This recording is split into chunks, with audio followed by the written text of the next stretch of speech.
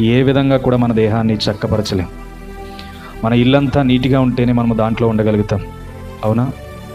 మన ఇల్లంతా ఎవరైనా చుట్టాలు వస్తే చక్కగా నీట్గా చేసి అందంగా కనపడాలని చూస్తాం.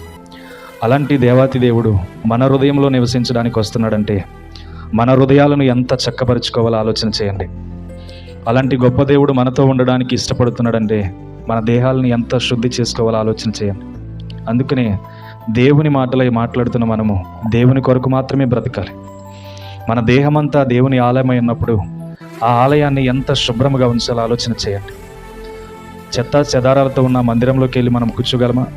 ఎవడ్రా ఇలా వేసాడని చెప్పి ప్రతి ఒక్కరిని ఏం చేస్తాం? మాటలతో అవమానపరుస్తాం, మాటలతో దూషిస్తాం.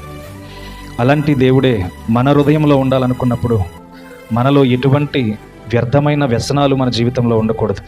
అది తుంటరి మాటలైనను, తుంటరి ఆలోచనలైనను, తుంటరితో సహవాసం